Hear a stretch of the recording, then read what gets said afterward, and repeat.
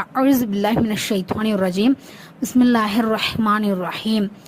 இப்போ பாடம் 26 நிப்பாட்டுதலின் அடையாளங்கள். நிப்பாட்டுதலின் அடையாளங்கள் அப்படின்னா என்ன அப்படின்னா, இப்போ குரானில் ஒரு இடத்துல நிறுத்தி ஓதணும், ஒரு இடத்துல நிறுத்தாமல் ஓதணும் அப்படின்றதுக்கு உண்டான சட்டங்கள் இருக்கு.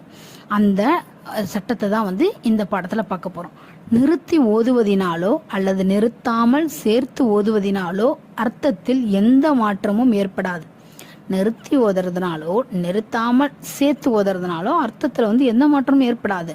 ஆனால் இவ்வடையாளம் வாக்கியங்களுக்கிடையில் இருக்கும் பொழுது நிறுத்தாமல் சேர்த்து ஓத வேண்டும்.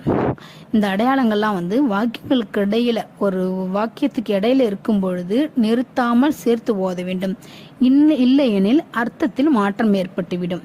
ஓகேவா? இதோட அர்த்தம் உங்களுக்கு புரிஞ்சிருக்குன்னு நினைக்கிறேன். நிறுத்தி நிறுத்தாமலையும் ஓதுறது தப்பு கிடையாது. இதில் எந்த மாற்றமும் வரப்போறதே கிடையாது அர்த்தத்தில்.